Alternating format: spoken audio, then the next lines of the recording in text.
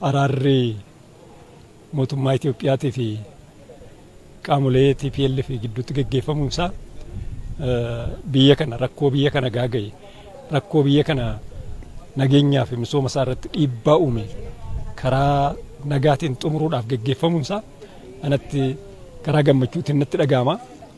Biyyi keenya fedhiin isheen qabdu fedhii nageenyaa, fedhii misoomaa, fedhii guddinaati waan ta'eef waraanni biyya kamiifiyyuu lammii tokkoof miti biyya kamiifiyyuu barbaachisaa waan hin taaneef waraanni dhiigaaf lubbuu lammiilee galaafate qabeenya biyya kanaa barbadeesse kun karaa nagaatiin xumuramuudhaaf araaraan walitti dhufuun isaanii anaan akka kootti baay'ee gammachiiseera. Qaamni kamiyyuu kanarraati nageenya kana argachuudhaaf biyya kana keessa lammiin biyya kana karaa gammachuutiin kan fudhatu ta'a jedheen abdadha. Yeroo ammaa kana araarri bu'uunsaa faayidaan isaa inni guddaan tokko diinagdeen biyya keenyaas kanaan wal qabate baay'ee qisaasa'aa ture jechuudha.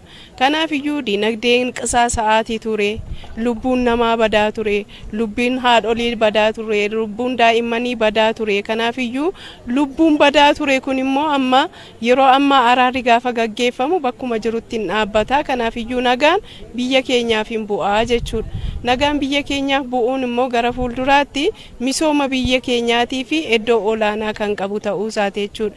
Kanaaf iyyuu anaan akka kootti biyya keenya keessatti bifa kanaatiin araarri taasifamuunsa araarri taasifame kun immoo akka addunyaattis ajaa'ibsiifamee jira waan ta'eef anis akka nama dhuunfaatti gammachuu guddaan kan natti dhaga'amee jiru ta'uu isaati jechuudha. Gara waliigalteetti dhufuun mootummaa fi humna TPLF kana baay'ee barbaachisaaf bu'aa qabeessa jedhee yaada koo kennuun barbaada. Waraanni kun karaa nagaatiin xumuramuun faayidaa baay'ee qaba.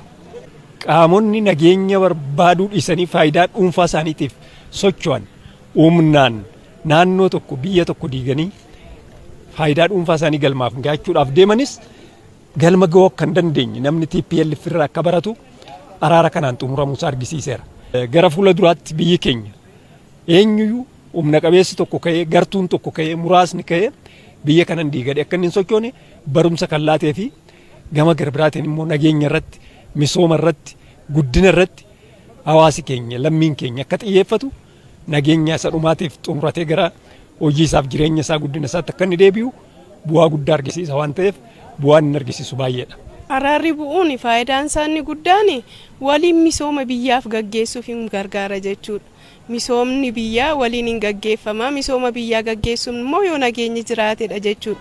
Nageenyi jaalala tokkummaa yoo jiraate misooma biyya keenya gaggeessuu hin dandeenya. Dhimmoonni waliigaltee kana keessatti haal dureewwan ta'an yeroo kenname keessatti qaamni lamaanuu raawwachuu qabaa kan jedhu sana yaadan qabaa jechuudha.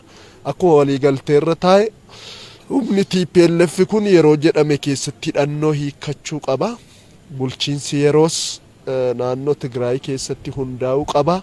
Mootummaa federaalaa jalas of galchee ittiin akka heera biyya kanaatti buluu qaba kan jedhu yaadan qaba.